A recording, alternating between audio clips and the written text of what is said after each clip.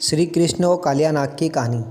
Hello guys, मैं हूं दिलीप जोनवार और आप लोग देख रहे हैं मिस्टर दिलीप 4K। तो आइए शुरू करते हैं कहानी। श्री कृष्ण की बाल लीलाओं से जुड़े कई रोचक किस्से हैं। ऐसा ही एक किस्सा है कि कालिया नाग का। श्री कृष्ण ने अपनी लीला से उनका घमंड चूर चूर कर दिया था। तो चलो यही कहानी सुनाते हैं।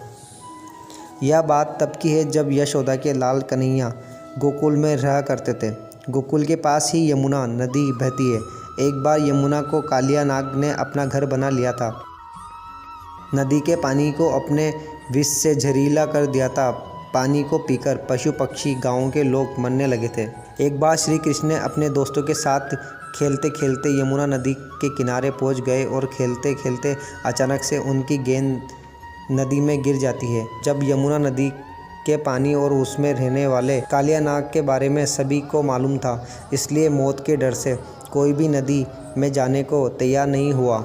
जब श्री कृष्ण ने कहा कि मैं गेंद लेकर आता हूँ, सभी बच्चों ने उन्हें नदी में जाने से रोका, लेकिन वह नहीं माने और नदी में छलांग लगा दी। सभी बच्चे डर के मारे घर पहुँचे और यशोदा मैया को कन्हैया के नदी में कूदने की बात बता दी। यह सुनते ही यशोदा मैया डर गई और फूट फूट कर रोने लगी। यह बात धीरे धीरे पूरे गोकुल धाम में जंगल की आग की तरह फैल गई। सभी दौड़ते दौड़ते यमुना नदी के किनारे आ गए, लेकिन कृष्ण अभी तक वापस नहीं आए थे। वहीं नदी में कृष्ण को देखकर कालिया नाग की पत्नियां ने उन्हें वापस जाने को कहा, लेकिन कृष्ण नहीं माने और तभी कालिया नाग जग गया। कृष्ण ने कालिया नाग को यमुना नदी छोड़ने का आदेश दिया, लेकिन कालिया नाग ने मना कर दिया और कृष्ण को मारने के इरादे से उन पर हमला कर दिया। कृष्ण और कालिया नाग की जोरदार लड़ाई हुई। कुछ समय के बाद कालिया नाग हार गया और कृष्ण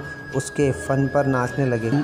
कालिया नाग थकने के बाद कृष्ण से अपने प्राण बचाने के लिए प्रार्थना करने लगा।